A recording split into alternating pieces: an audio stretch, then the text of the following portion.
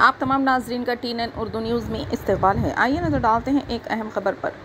BRS कायद इम्तियाज़ इस्साक़ साबिक़ सदर-नशीन रियासती अक़लियती मालियाती corporation की क़यादत में महबूब नगर हल्क़े पार्लिमान के अक़लियती कायदीन का एक इजलास मुनक़िद हुआ। इस इजलास के दौरान इम्तियाज़ इस्साक़ ने सहाफ़ती कॉन्फ्रेंस को मुखातिब किया। आइए डालते हैं इस पर एक नज़र।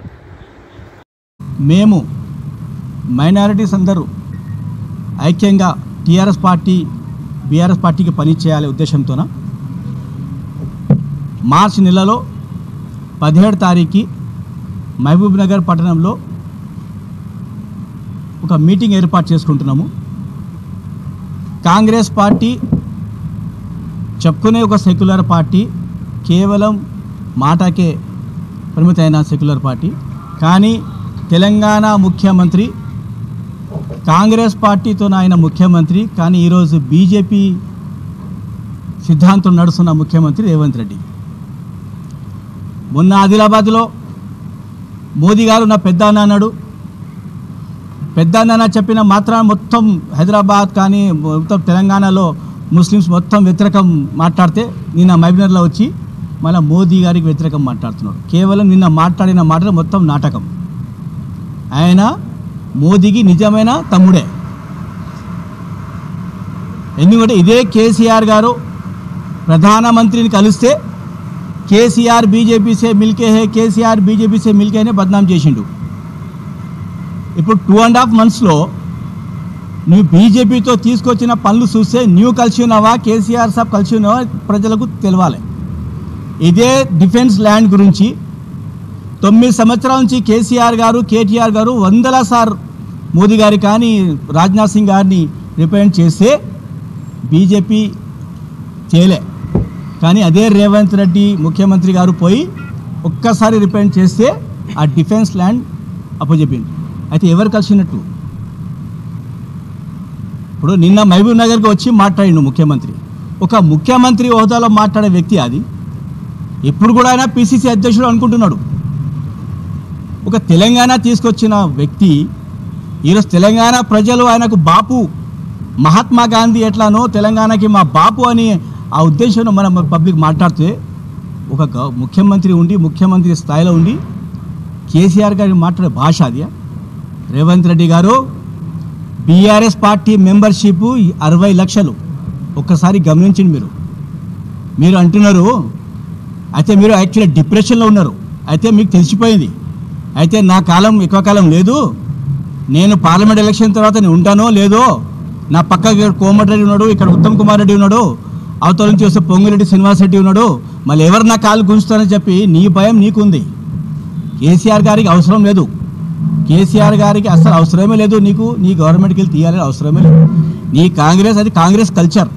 కాంగ్రెస్ పార్టీలో ఎప్పుడైనా సరే ఒక గ్రూప్ తయారై ఒకరు గ్రూప్ కాలు గుంజే అలవాటు కాంగ్రెస్ కల్చర్ అది.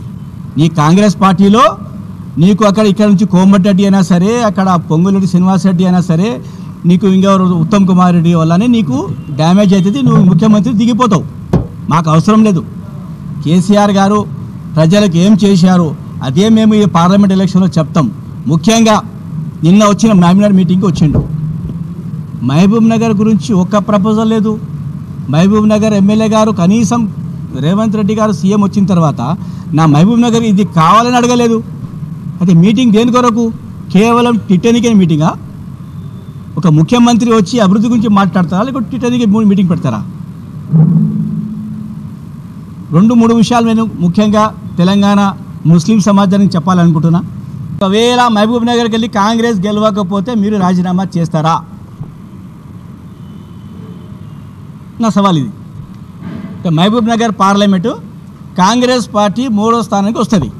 ఒకవేళ కాంగ్రెస్ పార్టీ గెలవకపోతే మీరు, ఎందుకంటే మీరు ఇన్ఛార్జ్ మహబూబ్ నగర్ పార్లమెంటు, గౌరవ ముఖ్యమంత్రి గారు రేవంత్ రెడ్డి గారు ఇక్కడ ఇన్ఛార్జ్.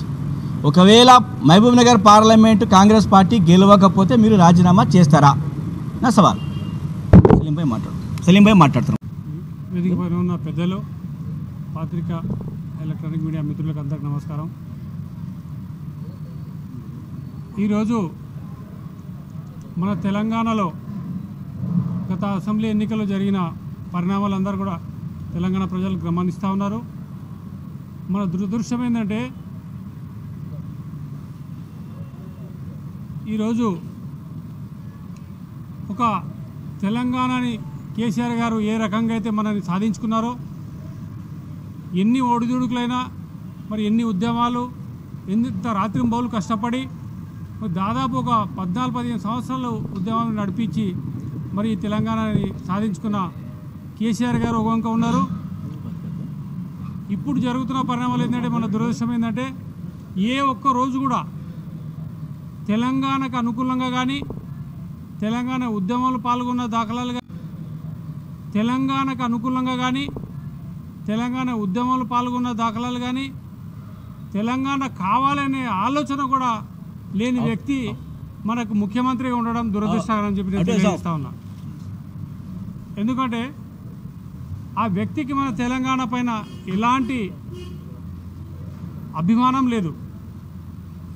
ఎందుకంటే కొడంగల్ నియోజకవర్గంలో, నా సొంత నియోజకవర్గంలో గత 10 సంవత్సరాలుగా 9 సంవత్సరాలు రేవంత్ రెడ్డి ఎమ్మెల్యేగా ఉన్నారు. ఏ ఒక్కరోజు కూడా 15 సంవత్సరాల గురించి మేము గమనిస్తూ ఉన్నాం. నా కొడంగల్ నియోజకవర్గం కానీ తెలంగాణలో జై తెలంగాణ అని చెప్పి ఒక్క మాట కూడా మాట్లాడిన వ్యక్తి. ఉద్యమం నడిచేటప్పుడు మరియు చంద్రబాబు నాయుడు పంచన ఉన్నాడు టీడీపీ పార్టీలో. ఎన్ని రకాలుగా తెలంగాణ ఉద్యమాన్ని అణదొక్కాలి, తెలంగాణ ఇవ్వకూడదని చెప్పి మన చంద్రబాబు నాయుడు ఏదైతే ప్రయత్నాలు చేశారో అందులో చంద్రబాబు నాయుడు ఎమ్ముడున్న వ్యక్తి రేవంత్ రెడ్డి. నేను ఎందుకు అంటా ఉన్నా అంటే, గతంలో ఉస్మానియా యూనివర్సిటీలో కానీ గతంలో ఉద్యమం సమయంలో కానీ మరి స్టూడెంట్ పైన కానీ